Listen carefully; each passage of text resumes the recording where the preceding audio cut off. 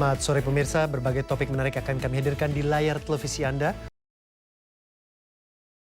Dan saya Putra Nababan, inilah Seputar Indonesia.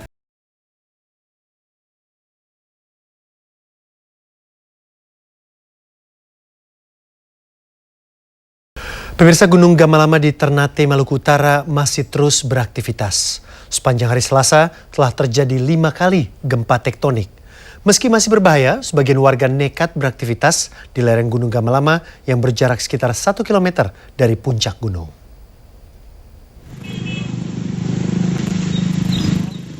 Suara gemuruh akibat letusan Gunung Gamalama Ternate, Maluku Utara masih terus terdengar dari puncak gunung. Ini berarti aktivitas Gunung Gamalama masih tinggi. Meski daerah di sekitar lereng Gunung Gamalama masih rawan, warga masih tetap nekat beraktivitas di lereng gunung tersebut. Tahu gunung meletus, kok masih kerja juga? Ini kan paling dekat dengan gunung nih, 1 kilo lebih ini. Bagaimana masih bisa kerja penambang batu? Padahal di sini kan ini kan lahar sering turun di sini. Saya habis, bagaimana mau cari orang punya hidup? Oh, cari hidup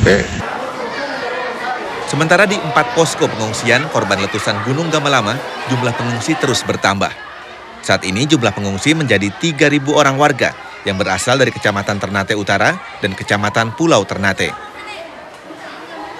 Bantuan bahan makanan, minuman, maupun obat-obatan bagi para pengungsi terus mengalir.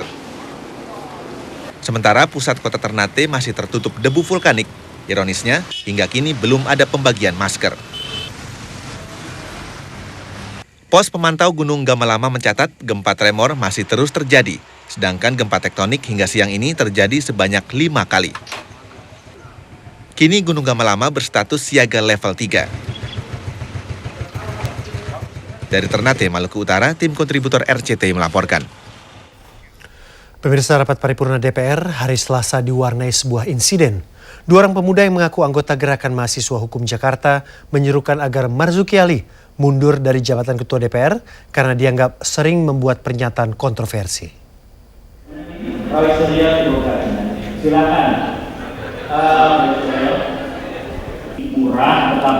Petugas pengamanan dalam Pamdal DPR langsung mengamankan 2 pemuda saat rapat paripurna baru dimulai dipimpin Prio Budi Santoso. Meski sempat menyita perhatian peserta rapat paripurna, aksi kedua pemuda tersebut tidak mengganggu jalannya rapat paripurna. Agenda rapat mengenai penetapan pimpinan Komisi Pemberantasan Korupsi atau KPK tetap berlangsung meski sempat tertunda 1,5 jam karena tak kunjung quorum.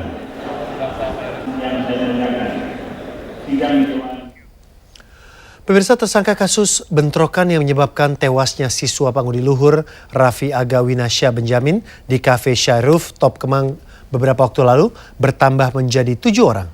Kini istri tersangka pelaku penusukan juga ditetapkan sebagai tersangka dan sudah ditahan. Motif penusukan diduga karena F tersinggung, korban membuat istrinya terjatuh. Setelah menetapkan tersangka F sebagai pelaku penusukan almarhum Raffi Agawinasya Benjamin, polisi sejak Senin malam menahan istri F berinisial FCMC alias C yang juga ditetapkan sebagai tersangka. Polres Metro Jakarta Selatan menahannya karena C diduga sebagai pemicu keributan. C dijerat pasal tentang kekerasan dan penganiayaan yang mengakibatkan kematian.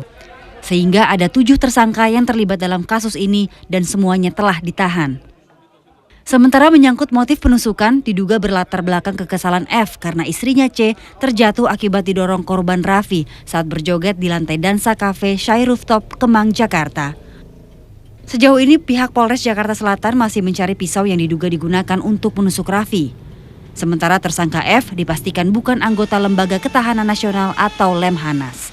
Mobil di kediaman tersangka F juga dipastikan pihak Lemhanas bukan sebagai mobil dinas mereka. Bahkan database Lemhanas juga tidak menemukan nomor registrasi atas nama tersangka. Febriawan memakai kartu tanda anggota Lemhanas, tetapi tidak ada anggota nama tersebut, jadi tidak terdaftar. Atas kasus ini, Lemhanas akan melakukan upaya hukum lantaran tersangka F dinilai melakukan pemalsuan identitas dan pencemaran nama baik. Namun Ketua Tim Advokasi Brawijaya 4 Mahendra Data memiliki tanggapan berbeda soal pembunuh Raffi. Pelaku lain atau kemungkinan membantu melakukan yang tidak bisa disentuh oleh kepolisian karena undang-undang. Sekali lagi karena undang-undang, bukan karena sesuatu faktor X, tekanan atau hal-hal lain. Kasus ini terjadi 5 November 2011 lalu. Dalam insiden ini, Raffi yang merupakan siswa Pangudi Luhur tewas dengan luka tusuk di perut sebelah kiri. Tim Liputan RCTI melaporkan. Polisi menduga tewasnya Kepala Kantor Pos Cipondoh, Tangerang, Banten karena perampokan. Jenazah dimakamkan di kampung halamannya di Bandung, Jawa Barat. Rahmat Sentosa tewas dibunuh kemarin malam. Selain itu pelaku juga mengambil uang tunai ratusan juta rupiah yang merupakan hasil setoran kredit sepeda motor dan pembayaran rekening listrik. Pelaku hingga kini masih dalam pengejaran polisi. Korban meninggalkan 3 orang anak dan seorang istri. Jenazah dimakamkan di kampung halamannya di Bandung, Jawa Barat.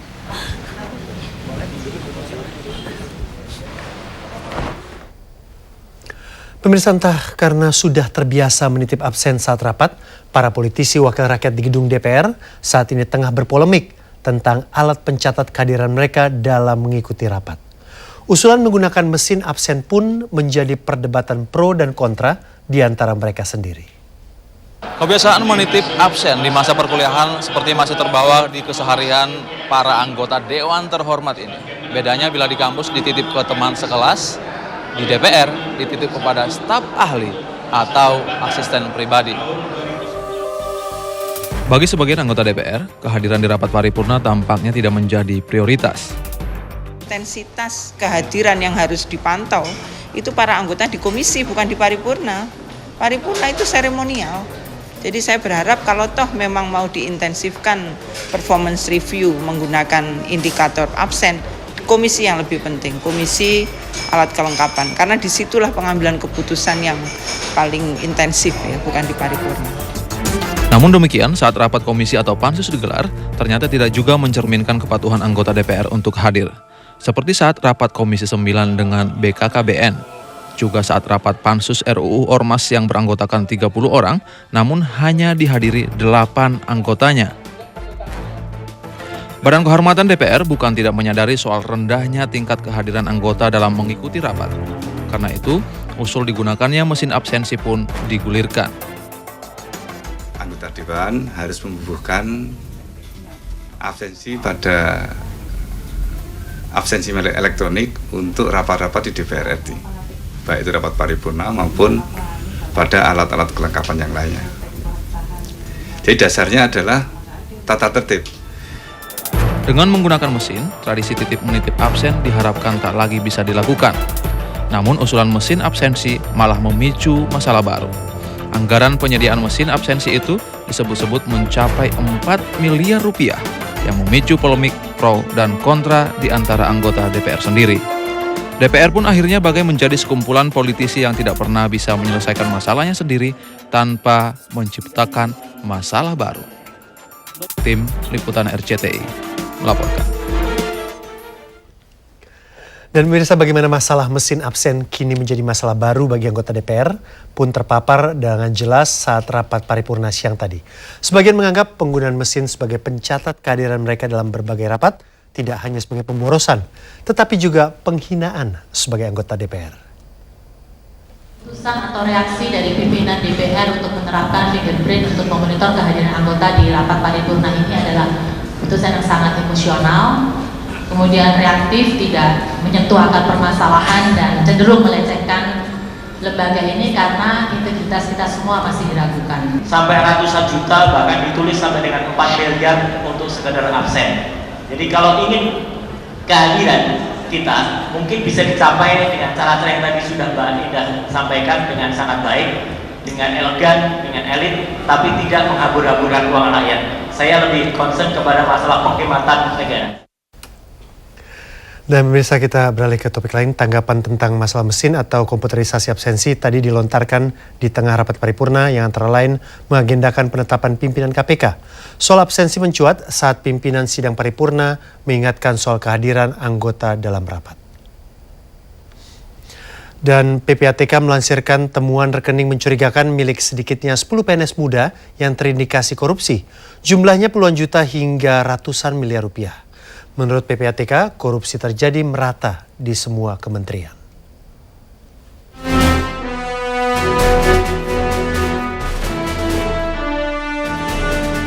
Beberapa bulan lalu publik sempat dikejutkan dengan harta kekayaan mantan pegawai di Ditjen Pajak Gayus Tambunan.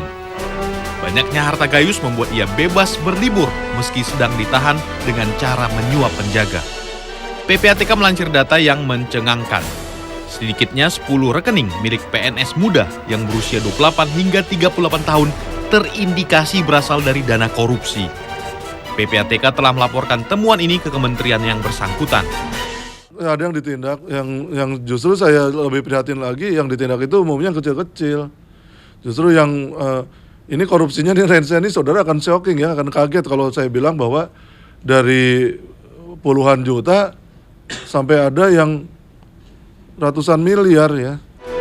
Korupsi di Indonesia seperti penyakit kanker karena telah merambah kemana-mana. Dunia pun mencap Indonesia sebagai salah satu negara paling korup. Muhammad Adnan Lutfi dan Mus Jaya melaporkan dari Jakarta. Pemirsa, pembantaian dan pemusnahan orangutan membuat masyarakat adat Dayak prihatin. Tetaplah bersama Seputar Indonesia.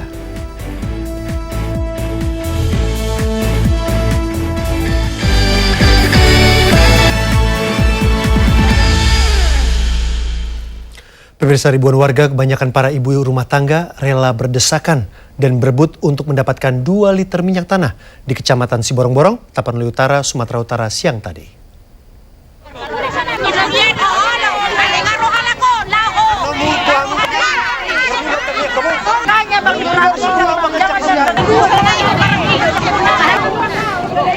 Kericuan akibat warga yang berusaha untuk berada di antrian terdepan berkali-kali terjadi. Membludaknya antrian warga dipicu kelangkaan minyak tanah yang telah berlangsung selama 1 bulan terakhir. Kericuan tidak berkembang lebih jauh setelah sejumlah petugas keamanan dikerahkan. Kendati demikian, banyak warga yang baru mendapat jatah mitan setelah mengantri selama 5 jam.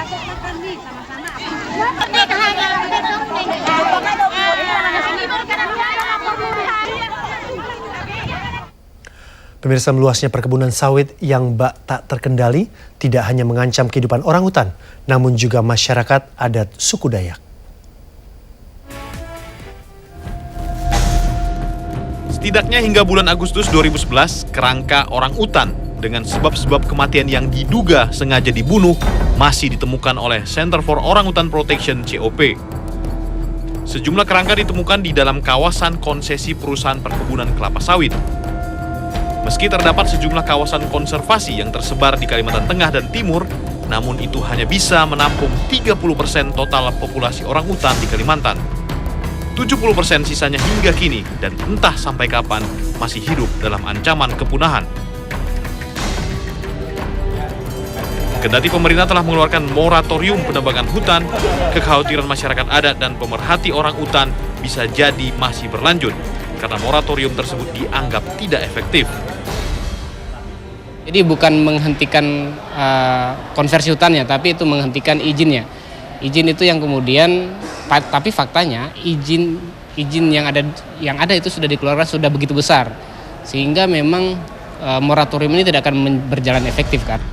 Keprihatinan atas meluasnya perkebunan kelapa sawit yang bak tak terkendali tidak hanya mengancam kehidupan orangutan, namun juga masyarakat adat suku Dayak.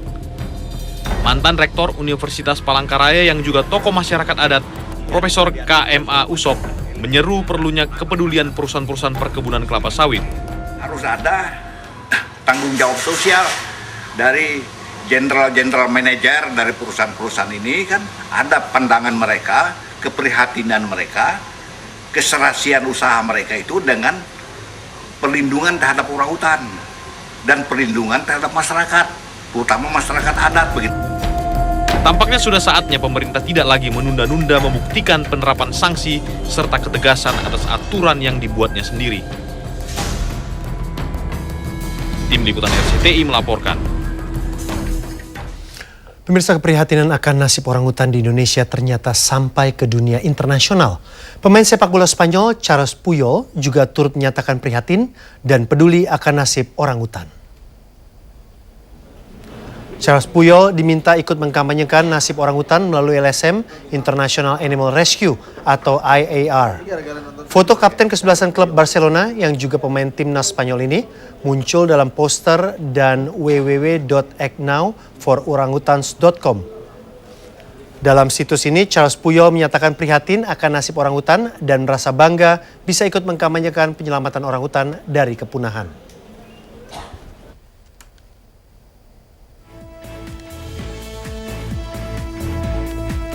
Pemirsa, penyanyi lip sync Cahaya Norman Kamaru resmi dipecat sebagai anggota Polri. Tetaplah bersama kami.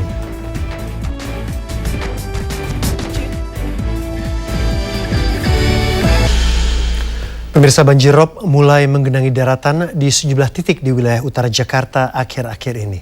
Air laut pasang hingga 30 cm lebih tinggi dari biasanya membuat banjir rob mulai mengancam objek vital di Jakarta Utara. Luapan air laut pasang di wilayah Muara Angke kini sudah melampaui tanggul setinggi 3 meter. Kondisi ini mengancam pemukiman warga serta PLTU di Muara Karang, Jakarta Utara. Jika biasanya banjir rob berlangsung hingga 2 hari, kali ini rendaman air tak kunjung surut hingga berhari-hari. Menurut Gubernur DKI Jakarta Fauzi Bowo, permukaan pasang air laut tahun ini sudah lebih tinggi dibanding tahun-tahun sebelumnya. Laju penurunan tanah di Jakarta setiap tahunnya akibat penyedotan air tanah diduga menjadi penyebab banjir rob. Gubernur memperkirakan tanggul setinggi 3 meter saat ini tidak akan bertahan dalam waktu 3 hingga 5 tahun ke depan. Jangka panjang, saya kira tanggul yang kita persiapkan dengan ketinggian tersebut juga barangkali tidak bisa dipertahankan lebih dari 3-5 tahun. Oleh karena itu harus ada cara penanganan lain. Dan cara penanganan lain yang tadi pagi juga sudah saya sampaikan, kita sedang membuat master plan penanggulangan kemungkinan terjadinya rob yang lebih besar lagi di seluruh pantai utara Jakarta. Persiapan lain apa lagi selain tanggul? Yang terutama tanggul, kalau nggak pakai tanggul mau apa membacain Fatihah? Nggak bisa cukup. Ya. Banjir rob kali ini merupakan banjir terlama sejak banjir besar tahun 2007 lalu. Biasanya banjir rob hanya terjadi 1 hari dalam sebulan. Jika tidak segera ditangani, genangan di ruas utama menuju pelabuhan Muara Angke dapat mengganggu kelancaran aktivitas ekonomi di Jakarta. Dari Jakarta, Ferry Santoro melaporkan. Pemirsa, Norman Kamaru, anggota Satuan Brimob Polda Gorontalo yang terkenal dengan lip sync lagu Cahaya, resmi dipecat dari Kepolisian Republik Indonesia. Norman dipecat dengan tidak hormat karena terbukti melanggar disiplin dengan tidak masuk lebih dari 80 hari tanpa alasan yang jelas.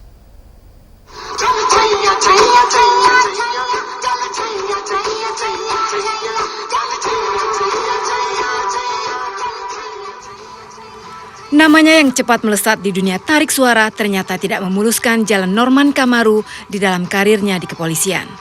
Hari ini Komisi Kode Etik Propam Polda Gorontalo resmi memecat Norman Kamaru dari anggota Polri.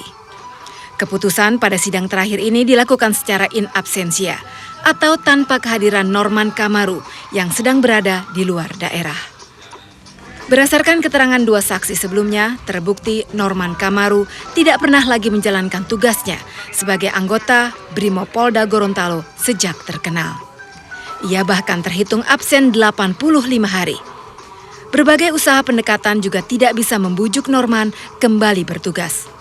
Atas dasar ini, Majelis Hakim menganggap Norman melanggar disiplin Polri dan tidak layak lagi menjadi anggota Polri. Majelis juga memutuskan pemecatan tidak hormat terhadap Norman. Pelanggar dinyatakan tidak layak lagi menjalankan profesi kepolisian. Setelah dipecat, Norman Kamaru masih akan melalui 1 tahapan lagi, yakni upacara pelucutan seragam Polri yang rencananya akan dilaksanakan dalam waktu dekat. Sementara Norman yang sedang berada di Jakarta siap menerima segala keputusan Majelis Kode Etik meski itu keputusan terburuk. Dari Gorontalo, Zainal Ahmad melaporkan. Pemirsa, Anda bisa menyaksikan seluruh liputan utama kami hari ini di situs sindonews.com. Sampai di sini Seputar Indonesia Selasa 6 Desember 2011. Saksikan perkembangan terbaru hingga nanti malam di Seputar Indonesia Malam. Dan saya Putra Nababan, terima kasih. Sampai jumpa.